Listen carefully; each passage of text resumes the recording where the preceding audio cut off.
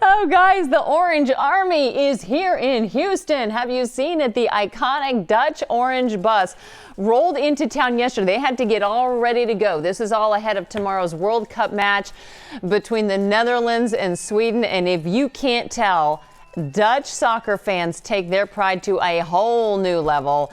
This morning, we are joined by one fan known globally as the Oranje Suit Man, Daniel Oordt. Thank you for coming in. And I actually need to say it correctly. Or how do you say it correctly? Oranje. Oranje. Okay. There's so much excitement for tomorrow's match. How are you feeling going into tomorrow? Oh, unbelievable. Been here for about a few days now. Got to experience Houston. I've been here since Monday, and yeah, it's really building up now, and can't believe it's happening tomorrow. Okay, you spent a lot of your life in Canada, right? Canada, correct, yes. Okay, so have you ever felt heat like this before? I live in Florida now. I'm in Tampa. Oh, okay, okay. I've been in the Middle East and Qatar, but it's getting hot out here. I don't know how you guys do it all the time.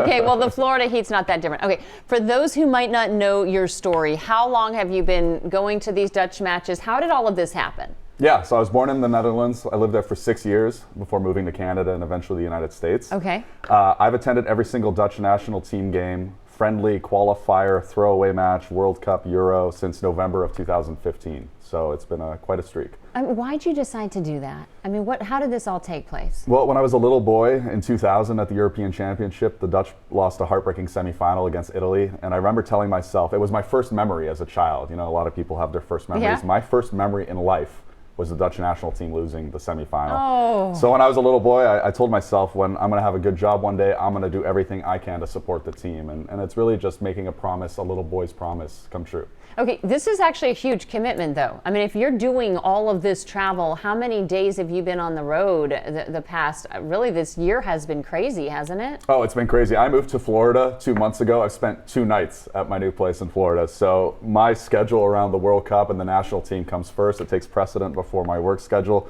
It's usually about 8 to 10 games a year. And yeah, I got to cross the ocean every single time to go watch. Sometimes I only have 24 hours off. So I'll fly to Europe, go to the game, and the next morning kind of come back. Did you just say this takes precedent over your job? Well, your other job, your work? I'm an airline pilot, so I'm able to schedule my work around it. But anytime the schedule comes out, that's the first thing that comes out is when does the Dutch national team play. Do you ever just change the flight path to get you to where you need to go? No, I'm very responsible. Obviously, the passengers come first, but we take a look at where we need to be, and if I can get the days off to make that work, I'll make it work. This is so great. When you have to make it work, right? I mean, it's got to happen. Why an orange suit, and why not something more comfortable, especially when you're somewhere hot? Yeah, we're thinking about that now. When I made this decision, to wear this orange suit, it was November. It was the winter in Kazakhstan, so it was a little bit more comfortable. It seemed like a really good idea. It started as a joke. A lot of people wear football jerseys to the games. My friends are like, why don't you wear a custom tailored suit? And I did that. It got a little bit of attention from the camera operators, and it's really snowballed into what it is today, which is funny and classy at the same time. Is it crazy when you go to the matches? Because you are like a celebrity to all the other fans. I mean, are you like taking pictures with everybody? Is it a whole thing? It was quite a thing in Dallas the other day. I was up on a couple news shows in Dallas, and we had lineups of people, which is awesome. This is so fun. It's really cool, and you do it for the passion of the game and for the team. If it wasn't fun for me anymore, I wouldn't do it anymore. But it's really cool to be able to connect with people, meet people from all over the world, be it in Kazakhstan, Lithuania, here in Houston. People you would not normally get to meet, you get to meet through this game, which is so rewarding. And you just mentioned Dallas. You were actually painted on the Dutch mural there in Dallas. What does it mean to represent your home country like this? Yeah, isn't that crazy? I get a call. I was supposed to do an interview out there, and they're like, hey, we're going to switch the location. You're on the side of a wall here in Dallas, so we're going to meet over here. Surprise!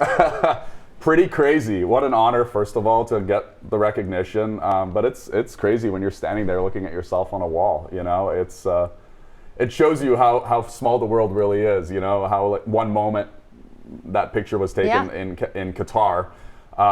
How that one picture can then translate into this whole crazy other thing. So it's awesome. Pretty neat. The artist did an amazing job. Now tell me about the pins on your suit. Yeah, so anywhere I travel around the world, I get to meet fans, obviously. So I've got pins here from all over the world, given to me by fans in Malta, Germany, Lithuania, Northern Ireland, Qatar, wherever, Dallas, the last one. Still need a Houston pin, so Oh, we if need a anybody Houston sees me out there. pin. Okay, I think somebody's going to.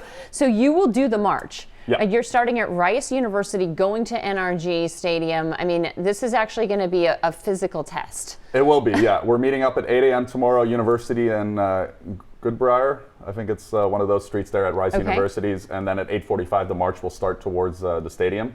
Okay. And it's going to be hot. I'm hearing 100, almost 120 with the humidity index. So yeah, it's going to be toasty. it might be one of the biggest tests I've ever had in my my long career of doing this. Oh my gosh. Well, thank you for coming in. Starting at Greenbrier, I know that you're going to be joined by like 100,000 new friends. So, Daniel, thanks for coming in this morning. Awesome. Hope to see everybody there tomorrow. We'll be there. We'll be there. Jacob, it's going to be huge.